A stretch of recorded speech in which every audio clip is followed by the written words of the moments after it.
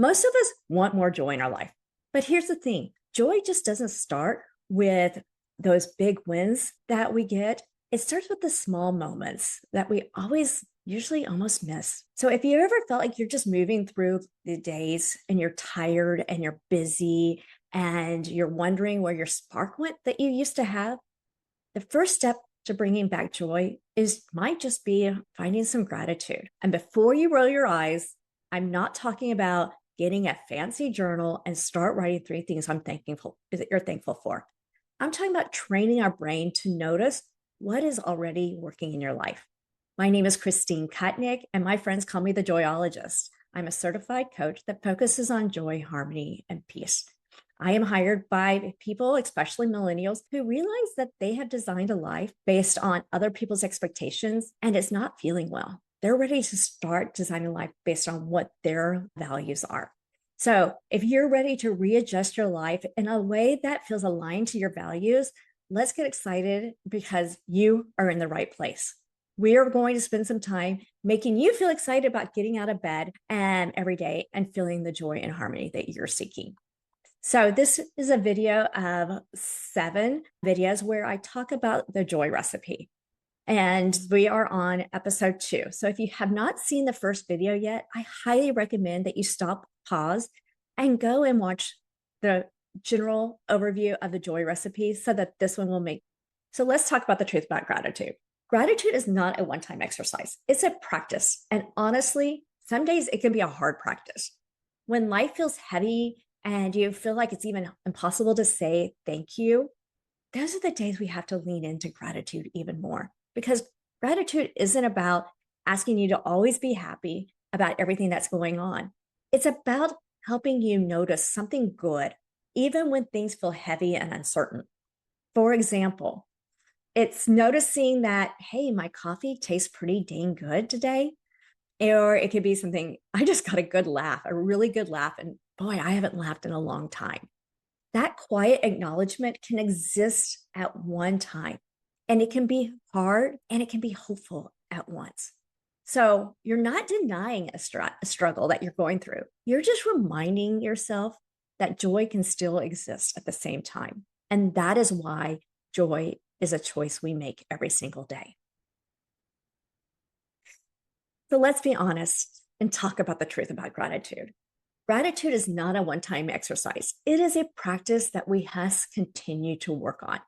And honestly, some days it's going to be hard to find gratitude. When life feels heavy, some days it's impossible to even want to say thank you to somebody. But gratitude doesn't ask you to be happy about everything that's happening in your life.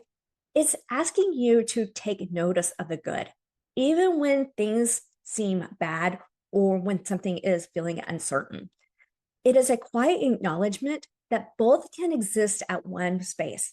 It can be hard and helpful.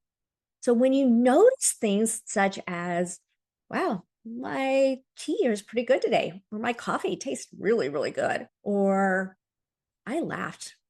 Boy, I haven't laughed in a long time and it felt great. When we start to notice those little things, our brain will start to shift the way that we look at stuff. So you're not denying the struggle that you're going through, but you're reminding yourself that joy can exist at the same time you're going through some struggle. When I was going through a hard time in my life, life felt really uncertain. I'm sure many of us have experienced that. I was questioning everything about my life. I was questioning my career. I was questioning my choice to have children. Be honest, I was even questioning if I wanted to be married. Nothing was off limits. I was questioning everything, but I made a deal with myself. Every time before I go to bed, I decided that I was going to find one thing that was not falling apart. Some days, those things were big, like, hey, a friend checked in on me today. And other days, it was really small. I remember one time saying, get to take a shower tomorrow. I'm being grateful for that. That one thing didn't fix everything that was going on in my life, but it provided me an anchor. And it reminded me that not everything was broken. I still had some good stuff going on. Over time, my gratitude practice has changed and it has morphed. Now, today, I say 3 things I'm grateful for every time I put my head on a pillow, any pillow, my sofa pillow, my bed pillow, whatever pillow it is. So if I take a nap, before I get too comfortable and fall asleep, I will say 3 things I'm thankful for. If I go to bed, I always say 3 things I'm grateful for. Now I have felt comfortable to share this practice with my husband. And I sometimes will say it out loud. I'll say, hey, Lance, the 3 things I'm thankful for today are, and, sometimes he'll respond with 3 things he's grateful for, and sometimes he won't. And that is totally great because this is his choice, but this is how I have decided to practice gratitude. Because I know when I am able to articulate it and say it out loud, eventually it ripples on. So this is what I call the anchor practice. It is I anchor an activity on my gratitude practice. And that's the magic of gratitude, is that you'll be able to find something that is working for you today. So although I was not good as a science student, I love science because I love that it gives me something to put some meat to. So let's talk about the science of gratitude for a moment. So when our brain practices gratitude consistently, your brain releases dopamine and serotonin. And those are those yummy, feel-good chemicals that help regulate our moods. But here's the secret. The saying what you're grateful for out loud, or the writing what you're grateful for in your journal, doesn't change your brain. It's the noticing of what you find. And when you pause and say, hey, that moment matters, you're literally rewiring your brain to look for more special moments. And over time, that is what creates more joy. Not because your life suddenly gets easier, but rather your focus gets easier. So you may be asking, how do I integrate gratitude in my life, especially when things are loud and messy and running it so fast?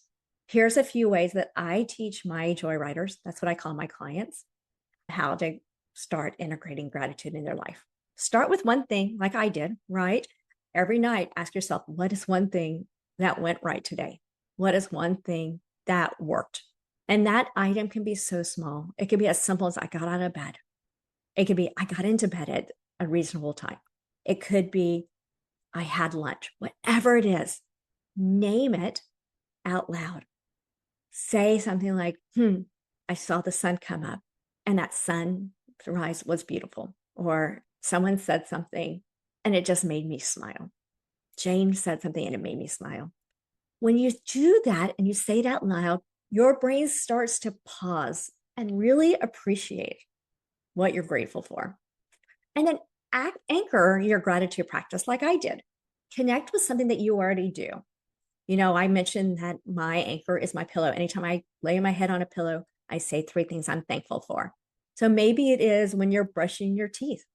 You do that every day. You say something that you're grateful for. It could be when you drink your morning coffee. That's when you take time to say something you're grateful for, or when you walk your dog.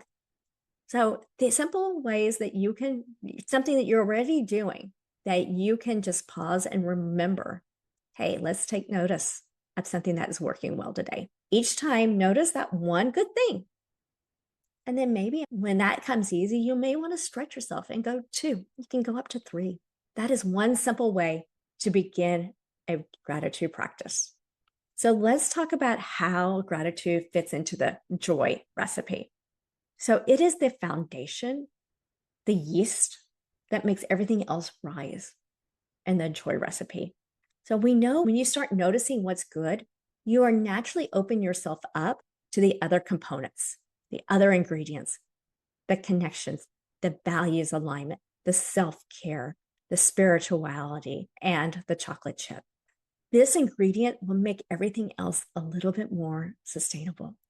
Gratitude teaches us to live with our eyes wide open. It helps us catch the sweetness, even when things feel a little bit sour. So here is my invitation for you this week. I want you to notice one thing. If you can do it every day, great. If you can only do it 4 times this week, fine. These things don't have to be perfect things. Don't make them Instagram worthy things. They're just simple, ordinary moments that make you feel good. I want you to write them down. I want you to whisper them. I want you to yell them out loud if you want to. And I want you to smile at them, because when you start to notice the joy in the small things, you begin to build a life that feels bigger, more full, and more yours. And this is important because joy isn't found, it is something you choose. And the first step is being grateful for one moment at a time. So, what can you do today that's going to help you choose joy right now? In the next video, we're going to talk about values alignment because this is the second ingredient to our joy recipe. I'm Christine Kutnick, your joyologist. I hope you have an amazing day. And the thing I'm grateful for right now is that you found me, you showed up, and you listened. Thank you. Please know I'm incredibly grateful for you.